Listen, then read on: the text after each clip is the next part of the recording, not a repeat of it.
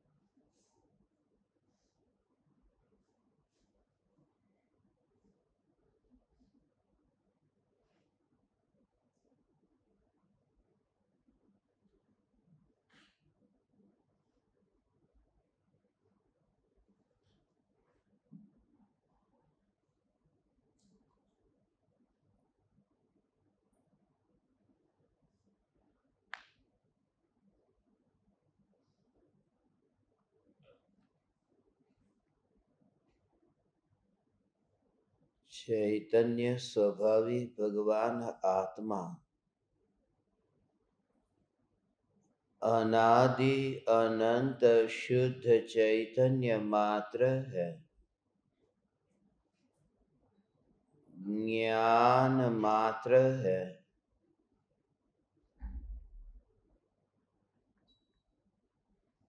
मैं शुद्ध चैतन्य मात्र,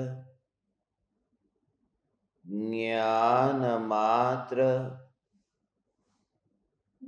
भगवान आत्मा हूँ।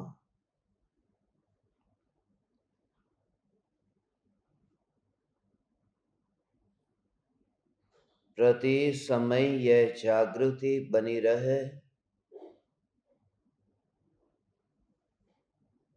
कि मैं समस्त ऋणानुबंध से न्यारा अबंध चैतन्य परमात्मा हूँ।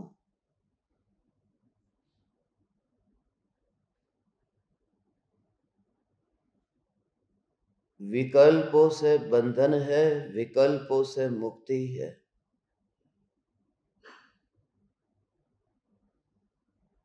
किसी नई से मैं बंधा हूं, किसी नई से मैं मुक्त हूं।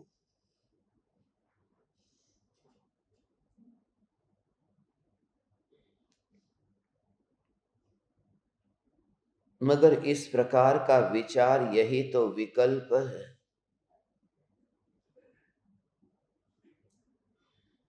त्रिकाल सत्ता स्वरूप जो ज्ञायक देव है, इस ज्ञायक देव में ये विकल्प नहीं है, क्योंकि ये ज्ञायक देव में कल्पना नहीं है, ये सत है, सत्ता स्वरूप है।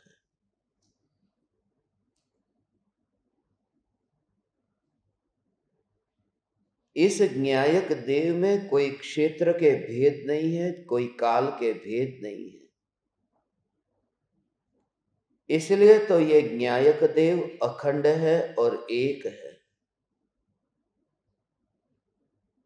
मैं ऐसा अनंत अनंत अनंत गुणाधिपति ज्ञायक देव हूं। देह है ही नहीं, परमाणु है ही नहीं, कर्म है ही नहीं, विकल्प है ही नहीं, मैं चैतन्य सत्ता हूं। ऐसा जब विचार चले, भेद ज्ञान हो भगवान, तब इस भेद विज्ञान के काल में भी रस देखना कि रस इन विकल्पों का है या सत्ता का है। सर्वस्व समर्पण इन विकल्पों के लिए है या ज्ञायक के लिए है।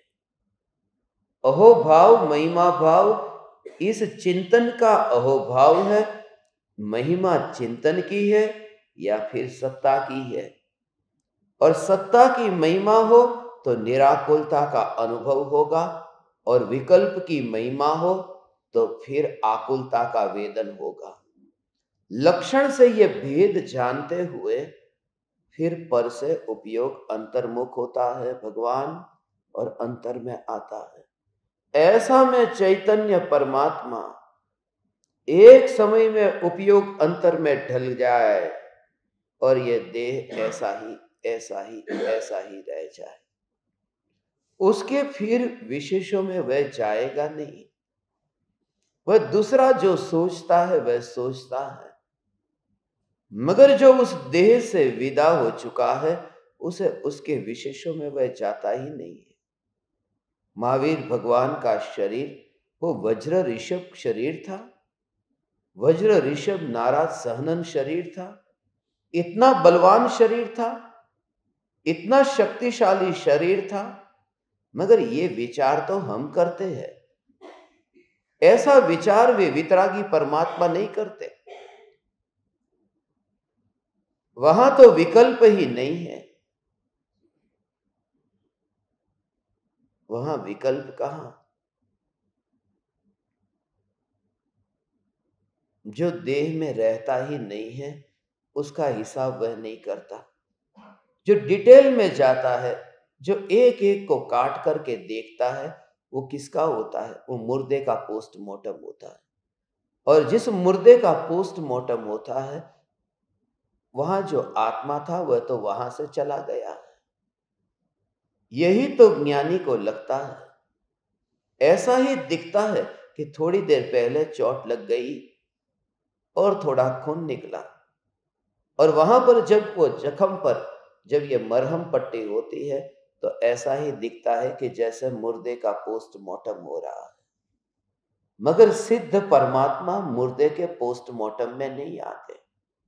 ऐसा इस देह से जो उदासीन होकर देह से ऊपर आ गया, देह से बाहर निकला हुआ, जो देह में रहता ही नहीं है, जिसकी पहचान देह नहीं है, अब जिसे इस देह के साथ में जो व्यवहार करना हो वह व्यवहार करे, जिसे इस देह से जो रिश्ता रखना हो वह रिश्ता रखे। इसलिए तो अंतर में यह जागृति है। यही तो है कि बस जैसे घटना घटने के बाद में, घटना के बाद में फिर हर साल हम वो दिन मनाते हैं। आज जैसे जो दिन मनाया, जन्मदिन मनाया, ऐसा ही मुझे लग रहा था कि जीवन का सबसे दुखद दिन कोई हो तो वह जन्म का दिन होता है। क्योंकि बच्चा अपने जीवन में, पूरे जीवन में उतना दुख कभी सहन नहीं करता जितना जन्म लेते समय वेदना से, पीड़ा से तड़पता हुआ बाहर निकलता है। इतनी वेदना से वह बाहर निकलता है, इतनी तड़प से उस अंधेरे में से वो बाहर निकलता है। और उस दिन को हम खुशी का दिन कहते कि दुनिया को देखा। ज्ञानी कहते हैं हम तो अजर अमर को मनाते हैं। ये ऐसा ही लगता है। इसलिए तो आज जब किसी ने मेरे को केक खिलाई थी, उस केक का एक दाना मेरे कुर्ते पर रह गया था। मुझे तो पता नहीं था, मगर जैसे आज सुबह तो भूल गए थे ना कि गुजराती कैलेंडर के हिसाब से आज नवमी का दिन है, जन्मदिन है। मैं सीधा ही जब कमरे में आया, मैंने कुर्ते पर वो जो केक का दाना देखा। उस समय मैं थोड़ी देर तो लेट गया था और लेटे लेटे उस दाने को देख रहा था। तब तक तो ये आ गए थे कमरे में, मगर उस समय उस दाने को देख रहा था, क्योंकि मैंने ये दृश्य देखा था कि सफेद रंग के कफन के ऊपर लड्डू रखते हैं यहाँ गांव में जब अर्थी निकलती है तो। और ये छाती के भाग पर ये मिठाई, ये कोई अंतिम यात्रा की तैयारी हो रही थी। ये क्या हो रहा था? और उसी विचार में जो मुझे कहना था मैंने उनको तो कहा, फिर मैंने कुछ ज्ञान दीपकों को बुलाया और इस प्रकार से अंतर में जो चिंतन चला है उसी को मुझे आज व्यक्त करना है। साथ ही साथ एक ऐसी परम दशा की चर्चा भी करनी है। परम कृपालु देव आज वचनामृत के 692 नंबर के जो पत्र में जो चर्चा करेंगे वो अद्भुत रहस्यमयी परम कृपालु देव की जो पुकार है, शब्द से सुनोगे तो भगवान आपकी समझ में नहीं आएगा, मगर जब मैं उन शब्दों का कनेक्शन कुछ शास्त्रों के साथ में बताऊंगा आपके अंतर में इतना अहोभाव आएगा। ये परम कृपालु देव की दृष्टि कितनी सूक्ष्म थी, कितनी दीर्घ थी। परम कृपालु देव सदगुरु के चरण में शरण में बैठना किसे कहते हैं? परम कृपालु देव जो मृत्यु की भावना भाते हैं, वो किस प्रकार की मृत्यु की भावना भाते हैं? क्योंकि यही पत्र लेना था, इस पत्र को ही मुझे टाइप करना था। ओरिजिनल तो ये गुजराती भाषा में है, उसका हिंदी में फिर अनुवाद करना किया हुआ है, मगर मैं संतुष्ट नहीं था, इसलिए मैंने दोबारा किया। मुझे तो एक भाव यह भी आ गया कि 1000 के 1000 पत्र का हिंदी में मैं ही कर दूं, मगर कहाँ समय इतना है, इसलिए भाव आया है। और जैसा मैंने आपको कहा, भाव ही सब कुछ है, भाव से व्यवस्था हो जाएगी। ये भाव से प्रकृति व्यवस्था करती है, यही तो कारण है, यही तो भावना है। इसी भावना के बल पर ये भाव भाव भाव भाव भाव इतना स्ट्रांग हो, इतनी दृढ़ता हो तो ऑटोमेटिक व्यवस्था होगी। ऐसा ही तो है। आत्म भावना भावता जीव लहे केवल ज्ञान रे। जैसी भावना भाई उसी प्रकार से मैं देह हूं, मैं देह हूं, मैं देह हूं, मैं देह हूं, मैं देह हूं, ऐसी ही भावना भाई तो नया देह मिल गया, सहज ही उस प्रकार की व्यवस्था हो गई। और मैं सिद्ध हूं, सिद्ध हूं, सिद्ध हूं, सिद्ध हूं। ये शरीर के परमाणु भी अंदर में ही वो आत्मा के असंख्य प्रदेशों में ऐसा कि यह देह के परमाणु अब सिर्फ यहां रहने के लिए रहते हैं। उसकी पकड़ अब ढीली हो गई है। अब यह शरीर है, मगर वह शरीर वहां पर ऐसा नहीं है जैसे पहले था। क्योंकि पकड़ा हुआ शरीर और मुक्त शरीर में यही तो अंतर है। जैसे जैसे अंतर में परिणति निर्मल होती जाती है, ये नींद कम क्यों होती है? केवली भगवान सोते क्यों नहीं है? शरीर तो है, सोने की जरूरत क्यों नहीं पड़ती? शरीर को थकान नहीं लगती होगी? पूरे दिन भर दिव्य ध्वनि, दिन में 3 बार 4 बार दिव्य ध्वनि खिरती है, 9 घंटे 36 मिनट, तो भगवान को थकान नहीं लगती। कल का जो सत्संग हुआ था कुल मिलाकर के 9 घंटे 36 मिनट का ही हुआ था। मैंने टोटल किया तो 9 घंटे 36 मिनट का सत्संग का टाइम निकला। तीर्थंकर परमात्मा की दिव्य ध्वनि का कुल काल, तो वह भाव से ही ये है कि वहां थकान नहीं लगती, वहां आहार की जरूरत नहीं पड़ती, नहीं होती। क्योंकि अंदर में जब आत्मा ऐसा होता है, जागृत होता है, इस प्रकार से जागृति आती है, शरीर भी अब सोता नहीं है, वो शरीर के परमाणु पलटने लगते हैं। जिस प्रकार से भाव हो, जिस प्रकार से वहां का वातावरण हो, माहौल हो, उस प्रकार से प्रकृति में परिवर्तन होता है। यही तो कारण है कि समूसरण में एक जानवर दूसरे जानवर पर मारता भी नहीं है। शेर हो मुनि को खा जाएगा, व्याघ्री मुनि को खा गई, शियाली मुनि को खाई, मगर वो व्याघ्री बकरी को समूसरण में नहीं खाएगी। जो मुनि को खा सकती है वो बकरी को क्यों नहीं खा लेती? क्योंकि उस जगह पर वो जो भाव है, वहां पर वह जो वितराग भाव है, वहां पर वह जो सर्वज्ञता का भाव है, वहां पर वो जो रचना है, वहां का वाइब्रेशन ऑटोमेटिक ऐसा हो जाता है। उस भूमि पर सहज रूप से इस प्रकार की रचना होती है। इसलिए इसकी फिक्र मत करो। भाव यदि होगा तो सहज सहज सहज सहज सहज वहां का माहौल भी इसी प्रकार से तैयार होगा।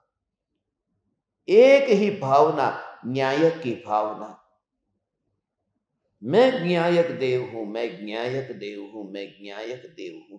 अंतर में यही तो चलता रहता है।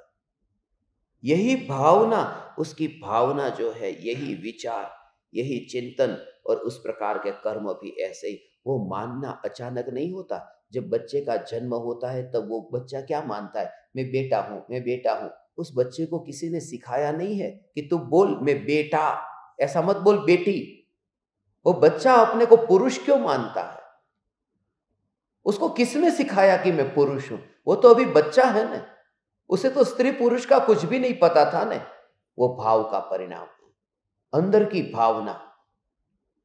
क्योंकि अंदर जब वो आत्मा अंदर आया, उस समय ही उसके अंदर भाव चलता रहता है। स्वतंत्रता दोनों की है, मगर भाव चलता रहता है। इसी प्रकार से भाव चलता रहता है।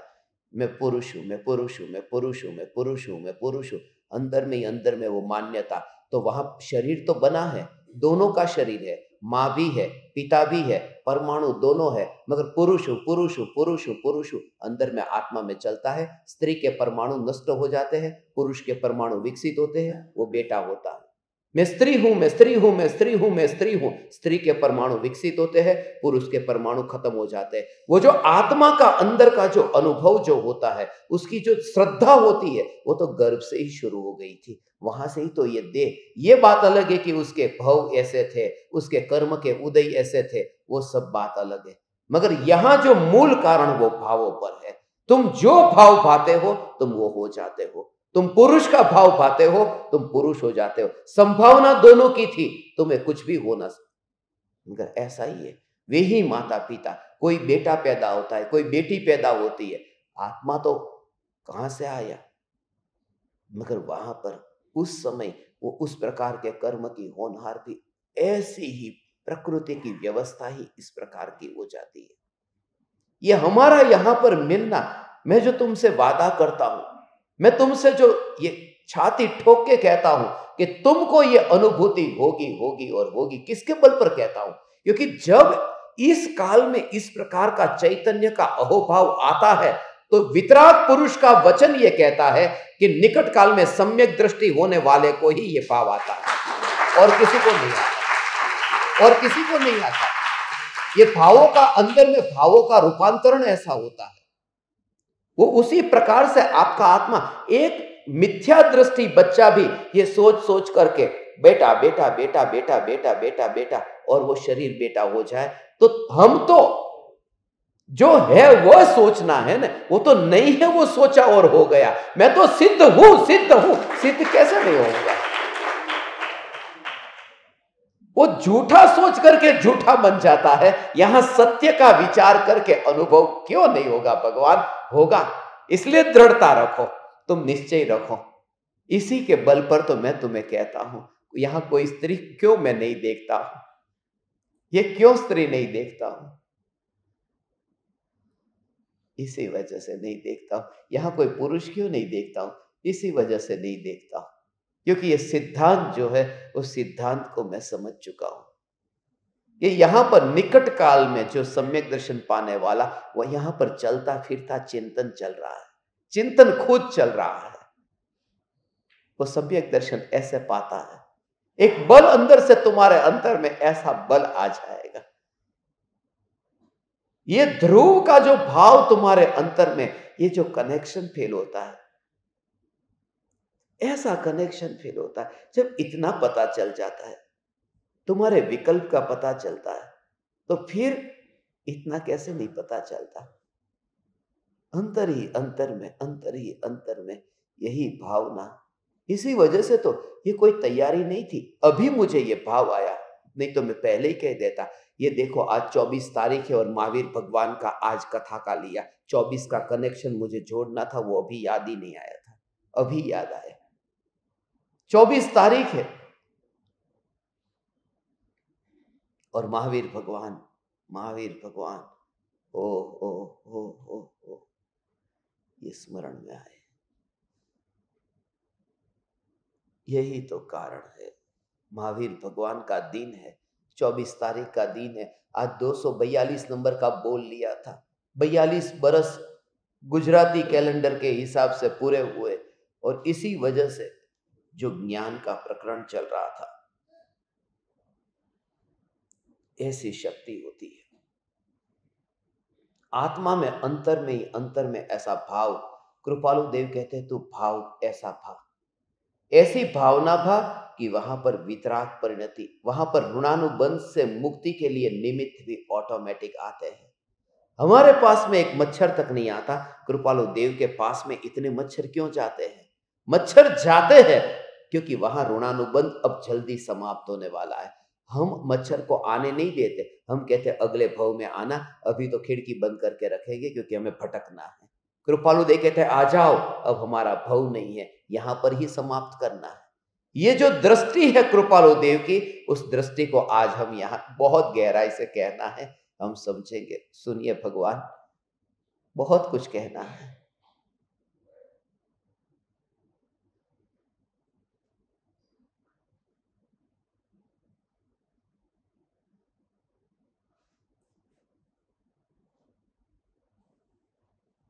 મનુષ્ય થી શરૂઆત કરશે। मनुष्य बात છે। मैं पहले पढ़ता जाता हूं और पढ़ने के बाद में जो कृपालु देव का हृदय है, इसमें क्या छुपा है, मैं आपको अपनी अल्पमति से कहने का प्रयास करता हूं। सुनिए। श्रीमद् राजचंद्र वचनामृत पत्रांक 692, मुंबई, द्वितीय ज्येष्ठ कृष्ण 1952। दुर्लभ ऐसा मनुष्य देह भी पूर्व में अनंत बार प्राप्त हुआ, तो भी कुछ भी सफलता नहीं हुई, परंतु कृतार्थता तो इस मनुष्य देह की है। जिस मनुष्य देह में इस जीव ने ज्ञानी पुरुष को पहचाना और उस महाभाग्य का आश्रय लिया। कृपालु देव महापुरुष को, ज्ञानी पुरुष को महाभाग्य कहते हैं। उस महाभाग्य का आश्रय लिया। शुरुआत करते हैं, दुर्लभ ऐसा मनुष्य देह। ये मनुष्य देह मिला, ये भी प्रकृति की ये व्यवस्था है कि ये मनुष्य देह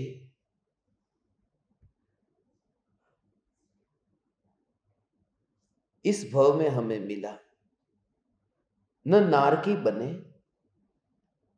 न देव बने और मनुष्य बने, पशु भी न बने, मनुष्य बने। यहां इस भूमि पर तीर्थंकर भगवान का योग नहीं है, तीर्थंकर भगवान का योग नहीं है। और एक बात खास कि इस भूमि पर पशुओं को जो सुनने के लिए जो निमित्त परमात्मा की दिव्य ध्वनि होती है, वो अभी समोसरण ही नहीं है। तीर्थंकर परमात्मा नहीं है। यदि मैं कुत्ता होता, यदि मैं बिल्ली होता, यदि गाय भैंस होता, तो समोसरण तो था नहीं। मगर मुझे आत्मा का अनुभव तो होना है, तो गुरु की पुकार तो मिलेगी। इसलिए गुरु की पुकार उस रूप में मिल सकती है जो कोई मनुष्य के रूप में यहां हो।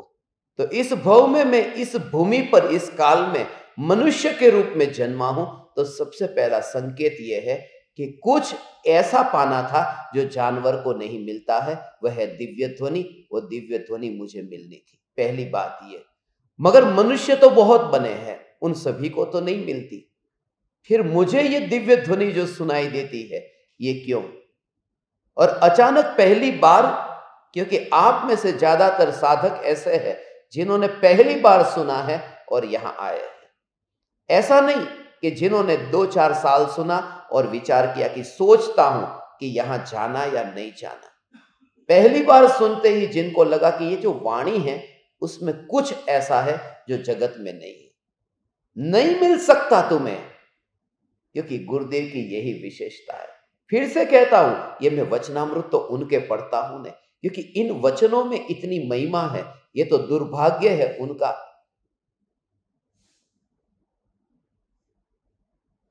कि जिनका हृदय, जिनकी दृष्टि इसे ग्रहण नहीं कर पाती, देख नहीं पाती। परम कृपालु देव के इन वचनों में सबसे पहले मनुष्य देह की प्राप्ति दुर्लभ है। दुर्लभ है, मगर दुर्लभ उसे कहते हैं जो कभी न प्राप्त हुआ, और यह बहुत बार प्राप्त हो चुका है, इसलिए मनुष्य देह को दुर्लभ नहीं कहा। इसलिए 12 भावना में देह के बारे में जब कहना था तो अशुचि भावना कही, दुर्लभ भावना न कही। मगर बोधि के बारे में कहना था तो बोधि दुर्लभ भावना कही। यह उसका मूल कारण है, क्योंकि देह तो अशुचिमय है, उसमें कौन सी बड़ी बात है। बोधि दुर्लभ है, माने रत्नत्रय की प्राप्ति दुर्लभ है, इसलिए यहां दुर्लभ ऐसा मनुष्य देह भी, ये मनुष्य देह भी ऐसे ही पल पल पल पल ऐसे ही लगता है, मगर ज्योति तो जलती हुई दिखती है। हर बार ऐसा लगे ये ज्योति जलेगी, ये जितनी ज्योति तो जलेगी। बोलते समय शरीर की शक्ति रोज रोज क्षीण होती है, लिखते समय शरीर की शक्ति क्षीण होती है।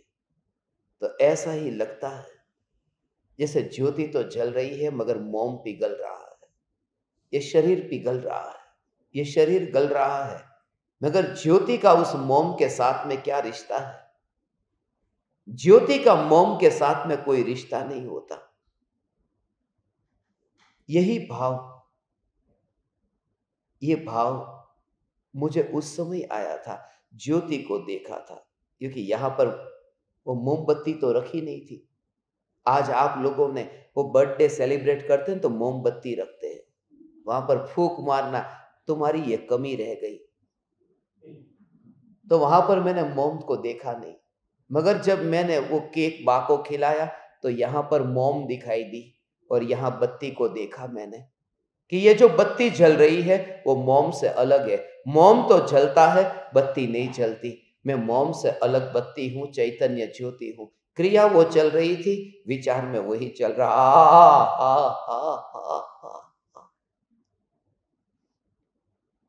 मोम और बत्ती अलग है। मोम तो जन्म देने वाली मां है ना, उसे मोम कहते हैं, मोम। मगर मोम अलग है और बत्ती अलग है, जलती ज्योति अलग है, क्योंकि ये ज्योति उसकी गुलाम नहीं है। ये पूरा देह ही ऐसे ऐसे ही क्षीण होता हो, मगर ज्ञान की ज्योति, मनुष्य देह मिला है। इस पृथ्वी को देखा, इस मनुष्य के देह में रह करके देखा, और जो कुछ भी जिंदगी के दिन बाकी बचे हैं, पूरी तरह से अभी भी ये मोम जलता है न, बस ऐसा ही भाव है। ये कैसे भाव आ गया? 1000 पत्रों का हिंदी में अनुवाद कर दो। अब मेरे हाथ में है वो अनुवाद, 1000 पत्रों का अनुवाद करना कैसे होगा? मगर भाव है, देखना, ये भाव है। जैसे परम कृपालु देव का भाव था ने, इस सृष्टि पर पर्यटन करके सत्य धर्म की स्थापना करूंगा, वही तो उनके भाव का बल है। वो भाव था, गुरुदेव का भाव था, 18,500 बरस तक ये चैतन्य की पुकार रहेगी, ये रहेगी, ये भाव। और जो जो भी भाव है, बस इससे कोई फर्क नहीं पड़ता कि कौन करता है, क्या करता है, कैसे करता है, भाव परिणमित होता है। वो भावना है, वह फल जाती है, फलित होती है, वहां से ही शुरुआत, बस यहां से ही भाव भाव भाव भाव भाव से ही। इसलिए तो भाव की महिमा बताई है ने, आत्म भावना भाव का जीव लहे केवल ज्ञान। ये न्यायक भाव की महिमा भी ऐसी ही है, ऐसी ये ज्ञान ज्ञान ज्ञान ज्ञान ज्ञान की महिमा। दुर्लभ ऐसा मनुष्य देह भी पूर्व में अनंत बार प्राप्त हुआ, मगर क्या हुआ तो भी कुछ सफलता नहीं हुई, क्योंकि मनुष्य होकर के पैदा हुआ और मरते समय में मनुष्य रहा, तो मनुष्य जन्म निष्फल गया। फिर उन पशुओं की तुलना में कुछ नया क्या हुआ? वही तो, वे भी जिए, भोगा, खाया पिया, चले गए, खत्म। ऐसे ही तो हमारा अभी चल रहा है। रोज जीते हैं, मरने की तरह ही जीते हैं, सो जाते हैं, नया दिन शुरू होता है। मगर कुछ नया अभी इतने सालों के बाद में भी एक जाते जाते जाते जाते ऐसा भाव आया है भगवान। वही एक ज्ञान ज्ञान ज्ञान ज्ञान ज्ञान। उस दिन वो बहन जी पूछ रहे थे ना, आप तो चले जाएंगे।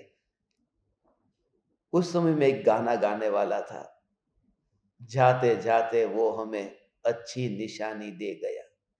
एक ही निशानी। और उस दिन का सत्संग तुम्हें पता है, जानबूझकर उस पर हुआ था कि ज्ञान ही मेरी पहचान है, यही निशानी है। मैं तुम्हें एक अच्छी निशानी दे के जाना चाहता हूं, उसी का नाम ज्ञान है। मैं जो अनुभव कर रहा हूं, ये ज्ञान का ही अनुभव है। ज्ञान ही तो अनुभव में आ रहा है, और ये अनंत काल तक टिके ऐसी गिफ्ट है। हाँ, बाकी सब गिफ्ट है, कुछ भी गिफ्ट दोगे। अभी ये केक मुझे कितनी अच्छी खिलाई, सुबह कहां जाएगी? ये कोई निशानी है? निशानी तो ये है, जानना जानना जानना जानना जानना जानना जानना, ये निशानी है, ये पहचान है। निशानी उसे कहते हैं जिससे वस्तु को पहचान सके, जो निशानी उसे कहते हैं जिससे वस्तु तक पहुंच सके। तो न्यायक तक पहुंचने की निशानी तो ज्ञान है, ये सत्ता है, ये ज्ञान ही निशानी है, ये ज्ञान यही निशानी है। और हर एक समय में, हर एक स्थिति में, जहां पर भी मैं हूं, मैं संसार में हूं या फिर मैं मोक्ष में जाऊं, मैं घर में हूं या फिर मैं बाहर हूं, मैं जहां हूं वहां पर ज्ञान ही ज्ञान है और कुछ भी नहीं। इसलिए देह दिखता ही नहीं, ज्ञान ही ज्ञान अनुभव में आता है। इसलिए तो ओ हो, ये ज्ञान ही ज्ञान अनुभव में आता है। हर एक समय में यही जागृति के परिणमन तो ज्ञान का है न। ऐसा हो भगवान आत्मा, ऐसा जब उसको आदर कहते हैं,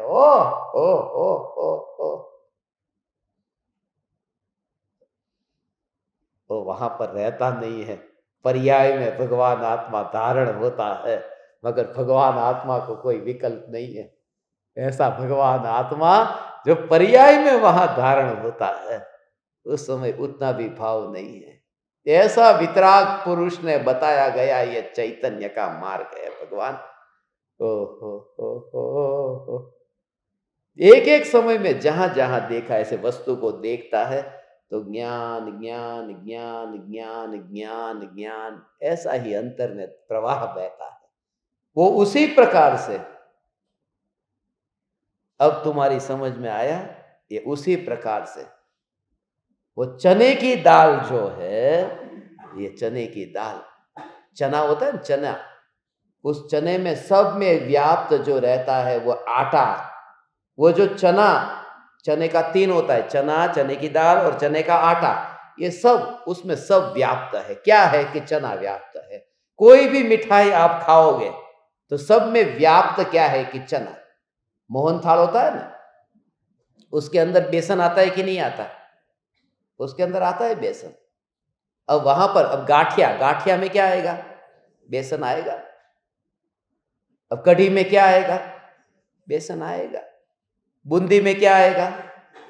बेसन के बिना बूंदी नहीं बनती, बेसन तो आएगा। पूरनपोली के अंदर भी बेसन की पूरनपोली बनती हो, तुमको पता है, एमपी में बनती है। खंड यहाँ पर कहाँ बनती है? आपके वहां बनती है ना? हाँ, तुम्हारे गुजरात में नहीं बनती होगी, हमने पूरी दुनिया घूमी, हमको पता है। हाँ, तो वो बोले, मना करते, नहीं वो तो ऐसे पूरनपोली बेसन की जोरदार बनती है, हैं? जाना हो तो जाओ, वहां बुंदेलखंड में पता चलेगा। पूरनपोली भी बेसन की बनती है। ऐसे खमण होता है, खमण भी बेसन का बनता है। अरे बेसन की सब्जी भी बेसन की बनती है। जहां पर जो भी हो, गट्टा बनता है, गट्टा बेसन का बनता है, वो उसमें भी बेसन आता है। जलेबी बनती है, उसमें भी बेसन होता है। चना जोर गरम होता है, वो भी बेसन से ही बनता है, वो है तो बेसन ही ना। फाफड़ा बनता है, वो भी बेसन से बनता है। खांडवी वो भी बेसन से ही बनती है।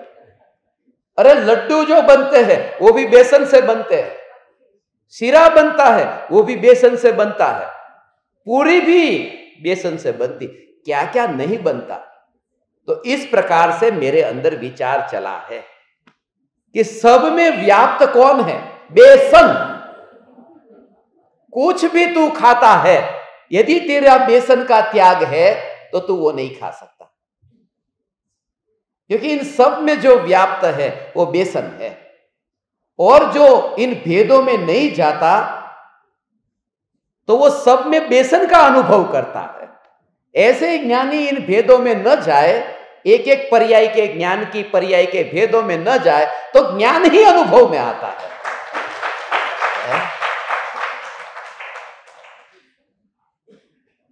देखो मजा है इनको, रात को एक साथ में इतनी डिश मिल गई, खुश खुश हो गए कि अरे वाह ऐसी डिश। सब में व्याप्त है ये बेसन, एक एक के अंदर। और मैंने जितनी भी वस्तु आपको बताई ने, आपने सब ने ये बनाया होगा, और मैं भी इसको, सभी चीज को मैं बनाता हूं। मुझे भी सब, इसमें जितनी चीज बताई मैं अपने हाथों से कर सकता हूं। ये तो यहां समय नहीं मिलता, प्रॉब्लम ये है, इसलिए बनाने नहीं गया इस बार कुछ। नहीं तो इस बार तो कुछ नई नई डिश बनाना था। मगर एक एक बात जो मैंने आपको बताई ने, ये कितनी बात बताई मालूम है?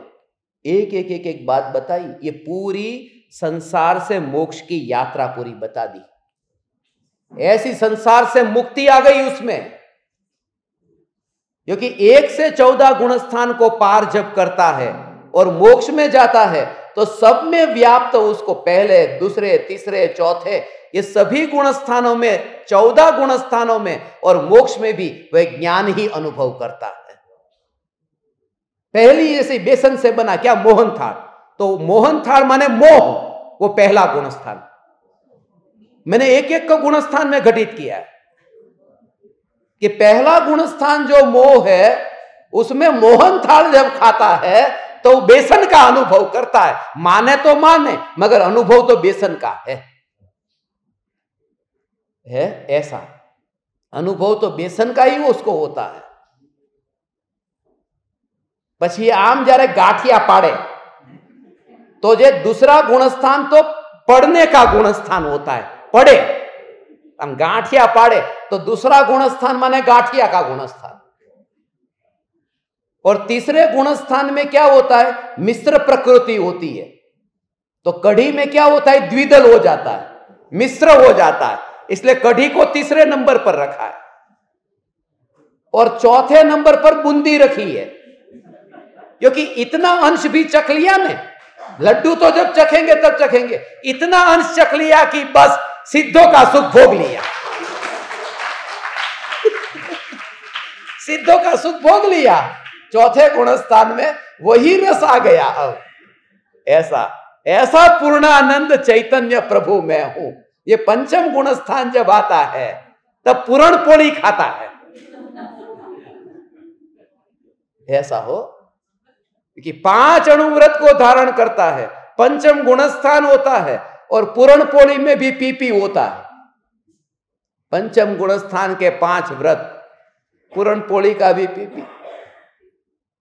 अंदर में ऐसा भाव, हर एक समय में कोई भी देह की क्रिया हो, ये ज्ञान दीपक, ये जागृति हो भगवान। ऐसा हर एक स्थिति में। अब मुनि हो गया, अब भगवान की भक्ति करे, गुरु की भक्ति करे, शिष्य होकर के, तो ऐसे खमासना देते ने, तो खमासना में वो व्रत तब करके मांस खमन करता है 6ठे गुणस्थान में, तो वो खमन 6ठे गुणस्थान में आ गया। वो जब 6ठे गुणस्थान में खमन, मांस खमन करने का भाव आता है, तो ऐसा उसका नाम है, मांस खमन करता है। एक जगह पर बैठ जा, बेसी जा, बेसी जा का नाम बेसन है। जब बैठ गया ध्यान में, ऐसे बैठ जाना, बैठ जाना, बैठ जाना, और बैठ करके जब इतना अंदर में पक्का होता जाता है, दृढ़ होता जाता है, तब अपूर्व परिणति में इतनी दृढ़ता आती है, तब गट्टा हो जाता है, गाढ़। ऐसा गट्टा हो जाता है। और उस समय जो आनंद आता है, उस समय आनंद आता है अंदर ही अंदर, अंदर ही अंदर, अंदर ही अंदर, उसके बाहर जाना ही नहीं होता। तब वो जलेबी हो जाता है अंदर ही अंदर वाला। और असल में जब शुक्ल ध्यान की अग्नि में वो तपता है, इतनी शुक्ल ध्यान की अग्नि में, तब चना जोर गरम गरम, माने अग्नि में वो ऐसा होता है, पूरी तरह से ऐसा होता है। मगर गिरने के दो गुण स्थान है, दूसरा और 11वां। दूसरे से भी नीचे गिरता है 11वें से, तो गाठिया पड़े और फाफड़ा ही पड़े, तो 11वां गुण स्थान फाफड़ा का है। ये फाफड़ा का गुण स्थान है। मगर जब इतना पुरुषार्थ जब हुआ था कि ध्यान की अग्नि में गया, तो मोह का क्या हुआ? क्षीण। क्षीण माने खंडन हो गया, उसी का नाम खांडवी है। खांडवी में खंडन हो जाता है। और जिसका अंश चखा था वहां चौथे गुणस्थान में सिर्फ बूंदी का, वहां पूरा लड्डू चखता है, तो 13वां गुणस्थान लड्डू का गुणस्थान है। वहां पर निर्वाण लाडू चढ़ाते हैं ना भगवान को, वो 13वें गुणस्थान का नाम है। बाप रे क्या!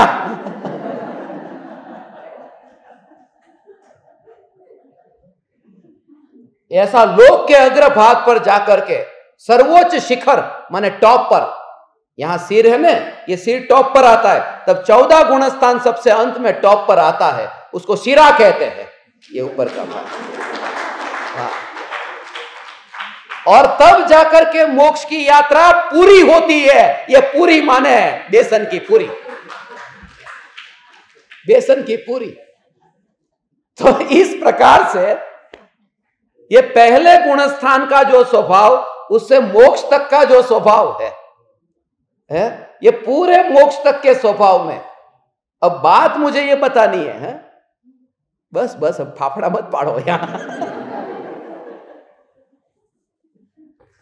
ये विचार चलता था, वो तो थोड़ी आइटम में भूल गया था बीच में, इसलिए मैंने इन हलवाइयों से थोड़ी पूछ ली कि ये कौन कौन सी आइटम चने की बनती है। मगर जहां पर भी देखे खाना खाने बैठे तो सब में वो जो भाव था कि 1 से लेकर के 15 तक, 15 माने वो मोक्ष तक, 15वां गुणस्थान होता नहीं है, पूर्णिमा, ये 2 चीज जो है, बस वहां से ही शुरुआत मोहन से चालू हुई, मोहन थाल से। ये मोह के भाव में जो फंसा है, इस वजह से तो ये थाल में बैठा है, ये मोहन थाल, ये थाल का मोह है।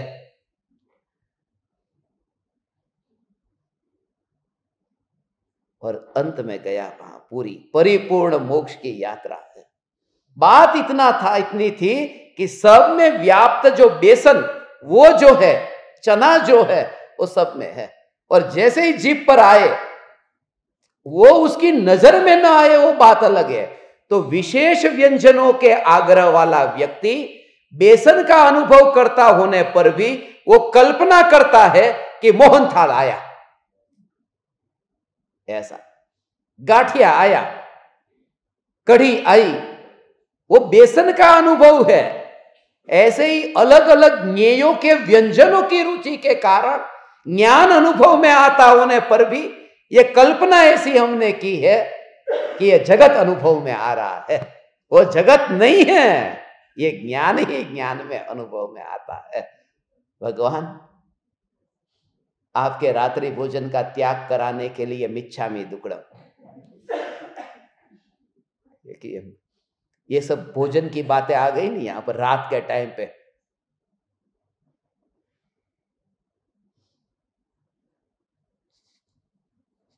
ऐसे ही मिच्छामि दुक्कडम किया, काय का मिच्छामि दुक्कडम।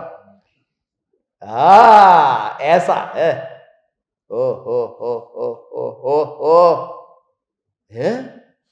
तीर्थंकर परमात्मा की दिव्य ध्वनि मध्य रात्रि में कीर्ति है, और मध्य रात्रि में चरणानुयोग का उपदेश नहीं निकलता होगा, क्या खाना क्या नहीं खाना, कि वो सुबह बात करेंगे, अभी आधी रात को ये पकवान की बातें नहीं करते।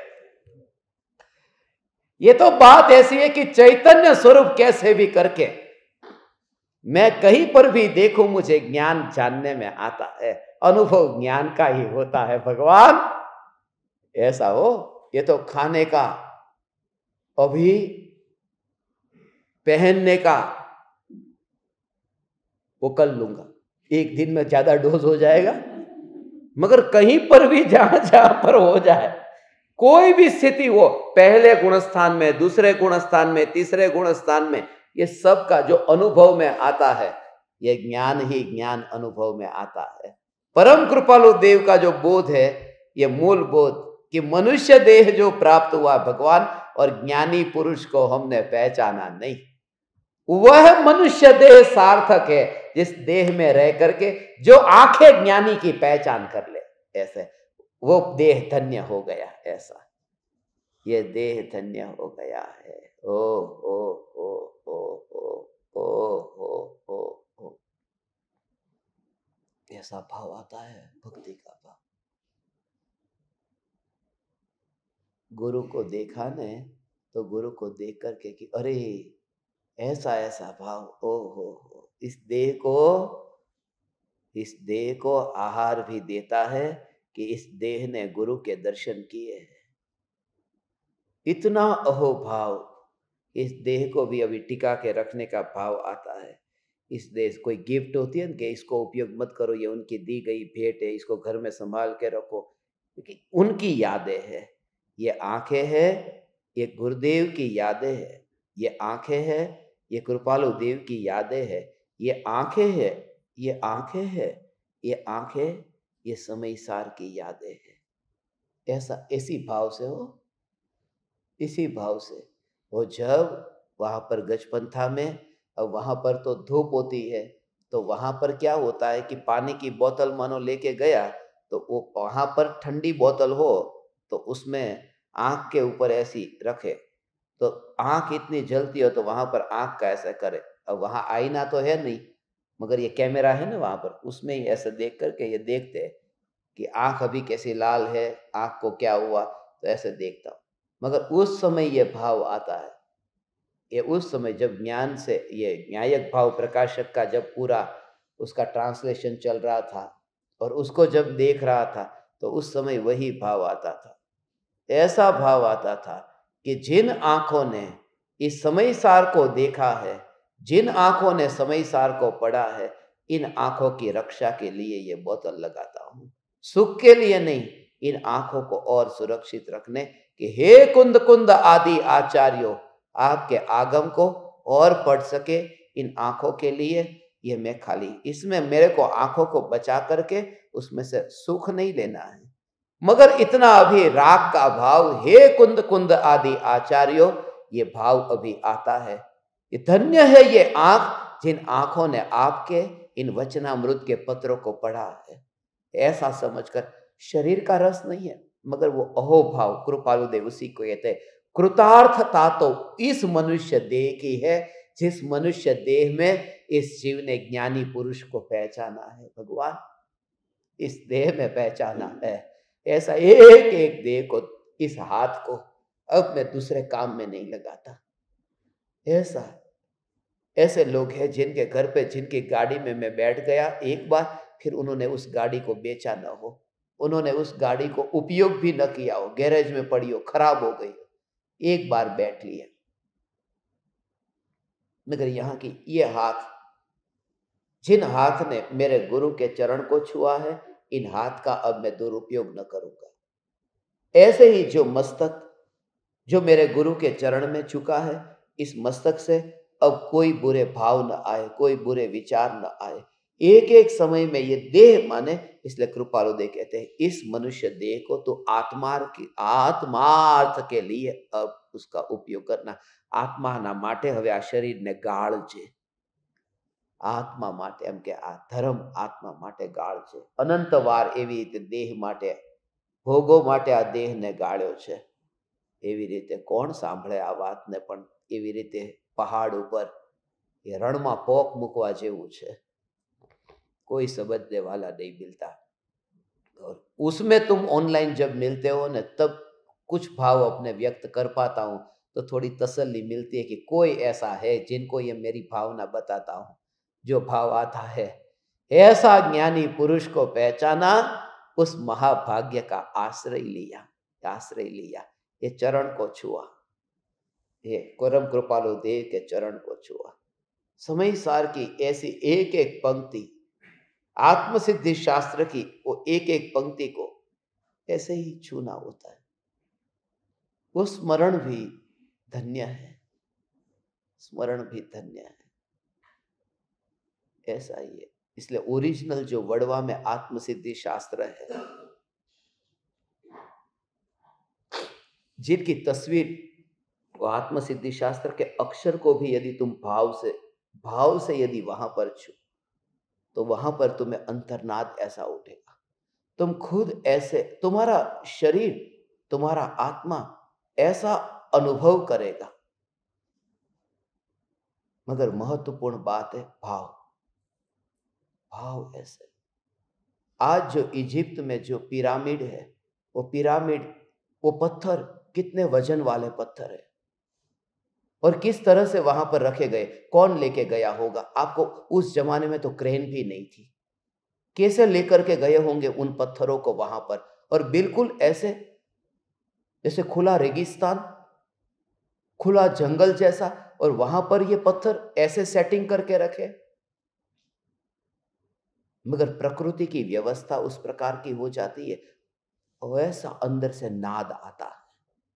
उस नाद से ही जब इस प्रकार के साउंड वेव्स भी जब ऐसे बजने लगे, तो पत्थर का वजन भी कम हो जाए। वहां उसके पास में यदि ऐसा संगीत बजाया जाए, तो पत्थर का वजन कम हो जाए, हल्का हो जाए, उसे उठा सको तुम। उसके आसपास यदि ऐसा माहौल तैयार हो, खाली एक आवाज सुन के, इतना ही खाली, यदि चुपचाप ऐसा वजन ढोना हो तो नहीं ढो सकता। मगर जोर लगा के हैसा, इतना खाली हैसा कि वो पूरी बोरी को उठा लेता है, क्योंकि वो जो नाद अंदर से आता है, उससे पूरे वाइब्रेशन उसके बॉडी में ऐसे हो जाते। कोई दूसरा शब्द वो क्यों नहीं बोला, चलो उठा लो, मगर वो जोर लगा के हैसा, वो जो अंदर से वो जो हकार आता है, उससे वो एक शक्ति आती है।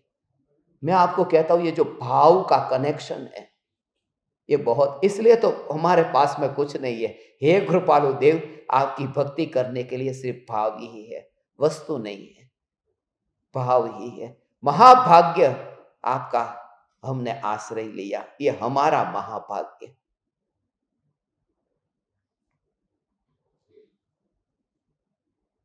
जिस पुरुष के आश्रय से अनेक मिथ्या प्रकार के आग्रह आदि की मंदता हुई, हो,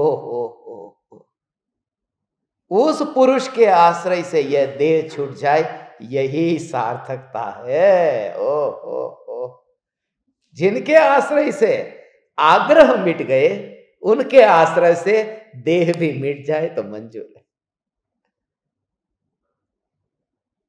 क्या कहा?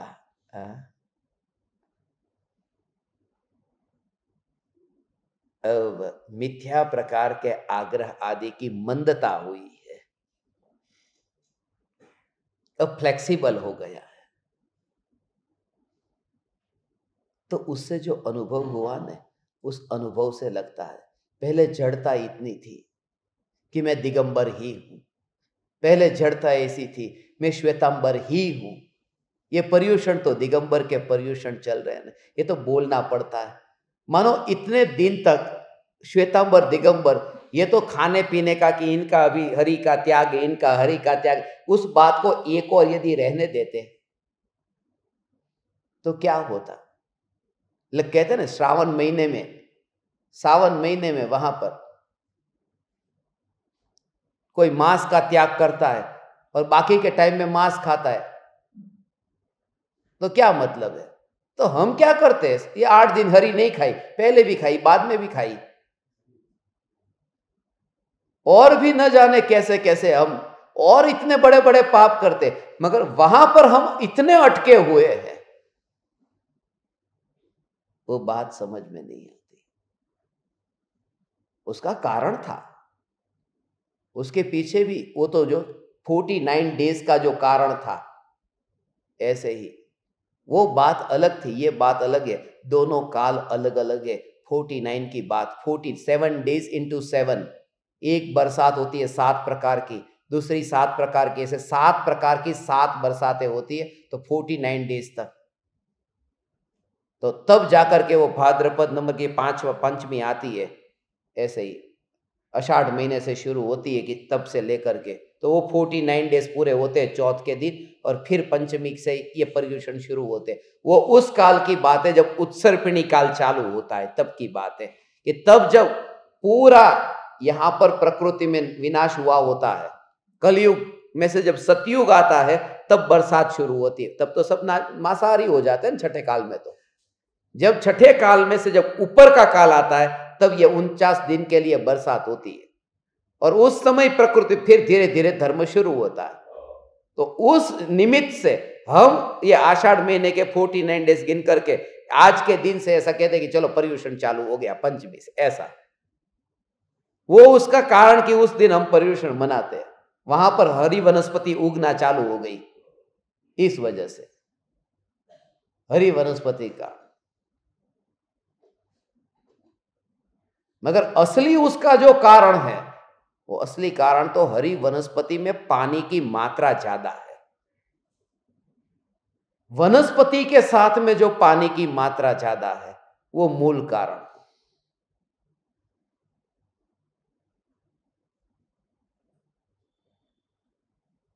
जैसा मैंने शास्त्रों में पढ़ा कि हमारे शरीर में भी वो पानी है ना, कि 70% से ज्यादा तो पानी है। कितना है? 70% से ज्यादा। पृथ्वी पर जैसे पृथ्वी कम है और पानी ज्यादा है, ऐसे ही हमारे शरीर में भी ऐसा ही है। यहां शरीर में भी पानी की मात्रा ज्यादा है, और पहले से ही वो पानी इतना उछल रहा है, और हरी वनस्पति में भी पानी की मात्रा ज्यादा है। तो वहां का पानी की मात्रा वाली वनस्पति जब इस शरीर में जाती है तो और उछलती है और उछलती है, उसका असर सीधा विचारों से होता है। तो विकल्प इतने होते, तो इस वजह से कहते हैं कि ऐसी वनस्पति का त्याग करो। वो जो हरि का त्याग है वो सिर्फ और भी गहराई है कि वो चंद्रमा का पानी के साथ में संबंध है। इसलिए पूर्णिमा के समय वो जो समुद्र में जो आता है ना, हाँ, ज्वार भाटा ना, हाँ, तो उस समय कि उसका उस चांद के साथ में कनेक्शन, इसलिए तो हमने अष्टमी और चतुर्दशी का कनेक्शन ये शरीर से जोड़ा है कि यहां पर भी ऐसे पानी का उछलना होता है उस चांद के हिसाब से। इसलिए हमारे शरीर में वो हरी वनस्पति उस दिन न जाए, ये विज्ञान था पूरा। मगर फिर भी अब बिना वनस्पति खाए भी इतना पानी उछलता है, खाकर भी उछलता है। यहां तो इतना कि इतने बड़े बड़े पाप तो पहले छोड़, और सबसे बड़ा पाप मिथ्यात्व है।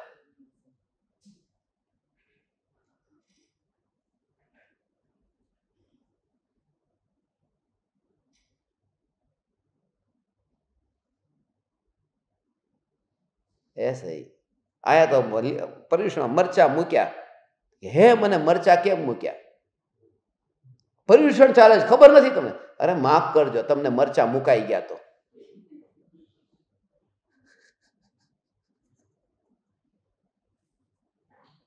ગુજરાતી સમજ ગયે ત્યારે શું એટલી નાની વસ્તુના અંદર જોર દીધું। जो महत्वपूर्ण बात जो है, जो तत्व की बात जो कृपालु देव समझा, वो एक और रह गई। ये चैतन्य की मस्ती की बात जो, मैं विरोध कहां करता हूं, मैं तो ये कहता हूं, विरोध करता तो यहां सबके लिए हरि का त्याग क्यों रखता? मगर आग्रह भी नहीं रखता हूं, यदि तुम्हारे शरीर में तकलीफ है तो ये जड़ता मत पकड़ना, जड़ता मत पकड़ना। क्या मर जाओगे तुम भूखे रह करके ऐसा करके?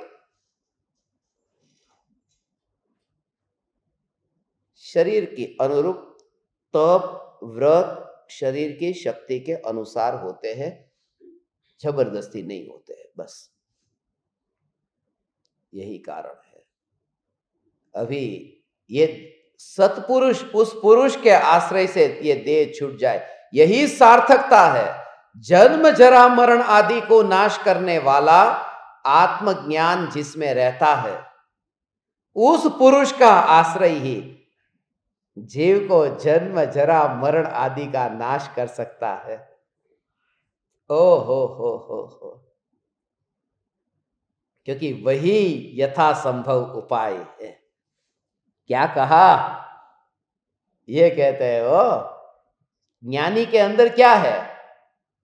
एक ज्ञानी का दिमाग है, हृदय है, कि वो ज्ञानी के अंदर नहीं, ज्ञानी के अंदर कौन रहता है? आत्मज्ञान रहता है। एंटीबायोटिक गोली डालते हैं ना शरीर में, मानो डाली, क्या होता है? वो कीटाणु मर जाते हैं। शरीर में वो गोली गई कि कीटाणु मर गए, कि पेट में क्या है? दवाई है। कौन मर जाता है? कि कीटाणु मर जाते हैं। यहां कहते हैं ज्ञानी में क्या है? कि आत्मज्ञान है। उससे कौन मर जाता है? कि जन्म मरण मर जाते हैं। ये एंटीबायोटिक है। आत्मज्ञान से बड़ा एंटीबायोटिक क्या? जो जीवाणु को नहीं मारता, जन्म और मरण को मार देता है। और जिसने खुद ने अपने अनुभव से वो गोली खाई, वो ही तो दूसरे को दे सकता है।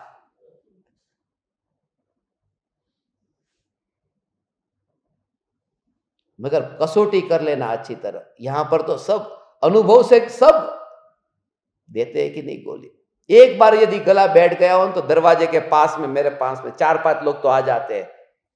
ये कंठील ले लो, खदीरावती ले लो, हळदरનું પાણી લઈ લો, આ કાઢો લઈ લો, અને આ તો આયુર્વેદિક છે, આ હર્બલ છે, આ કેટલી કેટલી દવાઓ। અને હું બધાને કહું તમે આજે લઈ લ્યો અને મને આરામ કરવા દો, વાઇબ્રેશન આવશે, મને સારું થઈ જશે, ખાલી ભાવના ભાવજો સારી। मगर खुद गोली जो लेता है, મને સારું થઈ ગયું છે, આ ગોળી લે સારું થઈ જાય। રામજીભાઈ ને સારું થઈ ગયું। કયા રામજીભાઈ ખબર નથી। गुरु के पास में वो दवाई है। संयोग संबंध से इस देह के प्रति इस जीव को प्रारब्ध होगा, उसके निवृत्त हो जाने पर उस देह का समागम निवृत्त होगा। जब देह छूटना होगा, जब प्रारब्ध आएगा, तब वो देह का समागम भी निवृत्त होगा। तथा उसका कभी ना कभी तो वियोग निश्चय है। मरना तो है एक बार, योग का वियोग तो निश्चित है, निश्चित है। मगर वो अनुभव जो हो रहा है उसका वियोग कहाँ होने वाला है। किंतु आश्रय पूर्वक देह छूटे वही जन्म सार्थक है। ये ऐसा अंतर का भाव हो, ये अंत में वो भाव आएगा ही। अंत में तेरी अंतिम घड़ी में ये समाधि मरण की बात आ गई। अस्पताल में जो लोग होते हैं ना, और जब पता है कि बच ही नहीं पाएंगे, वो लोग क्या कहते हैं मालूम है? बेटा मेरे को घर ले जा तू। पिताजी अब घर जाने से क्या लाभ है? वैसे भी नहीं नहीं, घर ले जा। देह छोड़ना है तो घर पे जाके ही छोड़ना है। ऐसे भाव भी आते हो, घरे ले जा मने, बस तू खाली घरे पहुंचाड़ी दे। जब मरना ही है तो वो भावना पता है घर में जाके मरू। ज्ञानी भी कहते मरना तो है, घरे जैन मरू हो बस। घर एटले आ चैतन्य, घर पे जा बस। मरना तो वैसे भी है, घर पे चला जाओ। ओ हो, ये बात है। यहाँ गुरु सामने से कहते जब तुझे मरना है तो घर पे चला जाने, अस्पताल में मत रहना, घर पे चला जाना। कोरोना में जितने लोग ज्यादा मरे वो अस्पताल जाने वाले मरे, घर पे रहने वाले इतने नहीं मरे। इसलिए घर पे ही रहना। ओहो,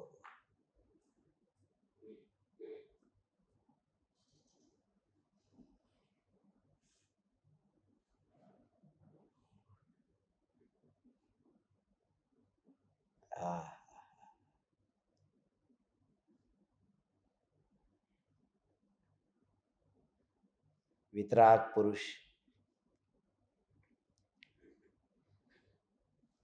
जब प्रारब्ध होगा, निवृत्त हो जाएगा देह, उसका कभी ना कभी तो वियोग है।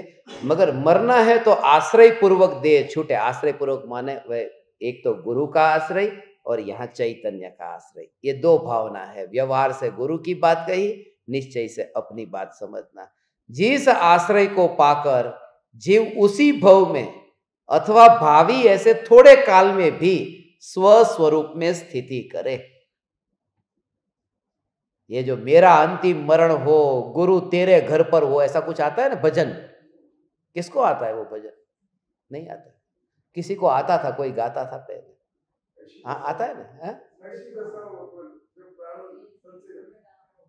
हाँ हाँ बस वही तो। सो गए थे ना, अभी जागे जागे तो बोले क्यों नहीं? अच्छा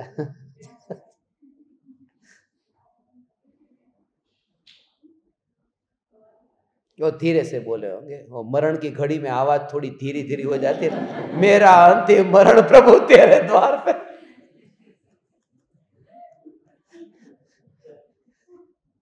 तो देखो अभी वो मुझे बहुत वो भजन अच्छा लगता है, वो अद्भुत है। भगवान 9:33 हो गई, देखो कृपालु देव का देह का त्याग का समय हो गया। वो ध्यान जाए बिना नहीं रहता उधर। 9:33 है, देह का त्याग माने 9 महीने गर्भ के, 33 साल और 5 सेकंड, ये 5 महीने पूरे, ये मृत्यु का ही विषय चल रहा है। ये गुरु के चरणों में अब ये देह छोड़े, ये भी कितना धन्य है, गुरु के चरण में देह छोड़ता है। हो ऐसा ऐसा कैसे हो?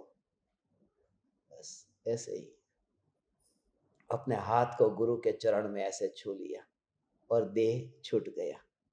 ऐसी अंतर में चैतन्य परमात्मा की अनुभूति हो कि गुरु के पैर वहां पर नहीं मिलेंगे तो, अकेले यदि तुम रहे तो, कि भाव से गुरु के पैर छू लेना, ऐसा भाव नहीं है। उस पर्याय को, द्रव्य को छू देना, पर्याय द्रव्य को छू ले, वो गुरु के चरण के स्पर्श से अनंत गुना ऊंचा काम है, अनंत गुना। पर्यायी द्रव्य को छू ले और ये अनुभव करे, जब तुमने गुरु को छुआ तो ऐसा लगता है ऐसे, अरे गुरुदेव, ऐसा धन्य भागी मैं, तुरंत ही छूते ही। ऐसे ही जब पर्याय द्रव्य को छूती है, मैं चैतन्य परमात्मा, ऐसा पर्याय जिसको छूती है, मैं चैतन्य परमात्मा, और ऐसे भाव के साथ में मैं चैतन्य परमात्मा, ऐसे भाव के साथ में देह छूटा, सीधा गया स्वर्ग में और सीधा गया समोसरण में सिमंदर भगवान की वाणी सुनने। यहां तो अभी तो प्रवचन पूरा नहीं होता, देह छोड़ के वहां वाणी सुनना चालू हो गया। वो तो अद्भुत रहस्य।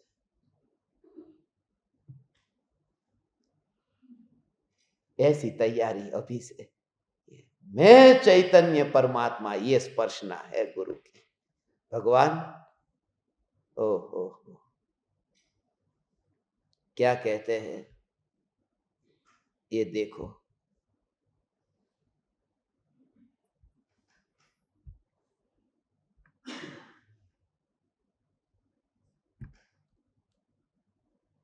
तुम तथा मुनि प्रसंगवश खुशाल दास के यहां जाते रहना, ब्रह्मचर्य परिग्रह आदि को यथाशक्ति धारण करने की उन्हें संभावना मालूम हो तो मुनि को वैसा करने में प्रतिबंध नहीं है। श्री सद्गुरु ने कहा है कि ऐसे निर्ग्रंथ मार्ग का सदा ही आश्रय रहे। कृपालु देव के सभी पत्रों में आप देखते हैं ना, जो औपचारिक बातें हैं ना, वो 1-2 वाक्य में ही पूरी हो जाती है। उनको ये समाचार दे देना क्या चल रहा है, मानो मैं फिर अगले महीने आने की संभावना है, तब मिलना हो जाएगा। ये औपचारिक बात है सब, जो बाकी सब रहस्य भरी चैतन्य की ही बात है। हमारा तो आपका बेटा कैसा है, बेटी कैसी है, तबीयत कैसी रहती है, दवाई टाइम पे लेते हैं नहीं लेते हैं, ये सब हमारे लेटर में क्या आता है? ये तो परम कृपालु देव का ओ इतना वात्सल्य था उन जीवों के प्रति। हो मुझे तो बहुत बार विचार आता है कि कृपालु देव का ये पत्र पढ़ करके भी बहुत बार लगता है ऐसा, कि किसी का लव लेटर पढ़ रहा हूं। कृपालु देव, किसी का लव लेटर तुम पढ़ो तो कैसा लगेगा कि भाई तूने लिखा, उस पर लिखा और मैं पढ़ रहा हूं। कृपालु देव लिख रहे, जिस पर लिख रहे और हम पढ़ रहे, तो ये तकलीफ नहीं।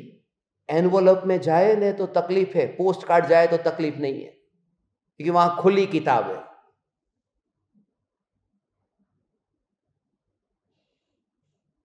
इसलिए इन पत्रों में ये भाव तो आता है, और इस वजह से ही अभी यहां बैठे हैं। देखिए, ये पत्र उनके नाम पर है।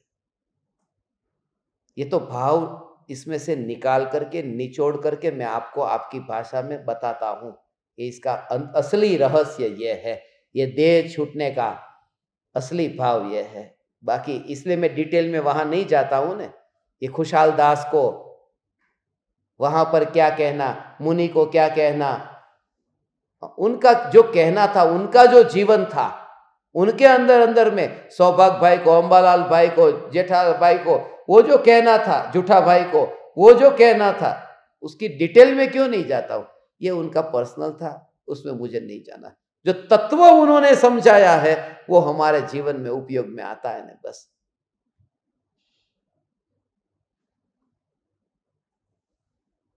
अंतिम बात, श्री सद्गुरु ने कहा है कि ऐसे निर्ग्रंथ मार्ग का सदा ही आश्रय रहे। मैं देह आदि स्वरूप नहीं हूं, ये भी भक्ति आती है ना। मैं देह आदि स्वरूप नहीं हूं और देह स्त्री पुत्र आदि कोई भी मेरा नहीं है। मैं शुद्ध चैतन्य स्वरूप अविनाशी आत्मा हूं।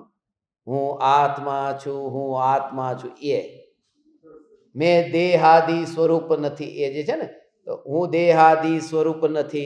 ये मैं देह आदि स्वरूप नहीं हूं और देह स्त्री पुत्र आदि कोई भी मेरा नहीं है। मैं शुद्ध चैतन्य स्वरूप अविनाशी आत्मा हूं।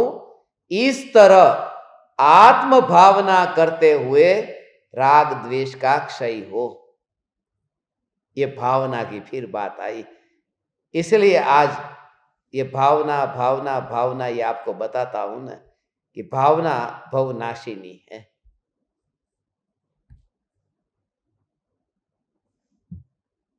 तो परम कृपालु देव ने अंत में ये भावना भाई है। अद्भुत रहस्य भरी कृपालु देव की पुकार है।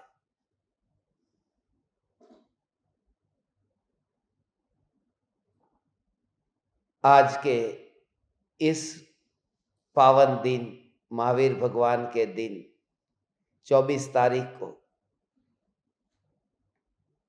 ये 692 नंबर का पत्र हमने लिया। कल सुबह यहाँ हमारा सत्संग होगा और वह सत्संग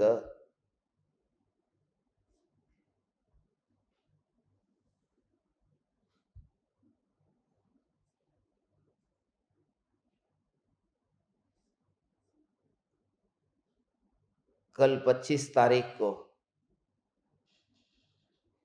कृपालु देव के जिनागम के सार, 1500 शास्त्रों का सार, आत्मसिद्धि शास्त्र पर सत्संग होने वाला है। आत्मसिद्धि शास्त्र में ऋणानुबंध का किस प्रकार से वर्णन किया है। इसलिए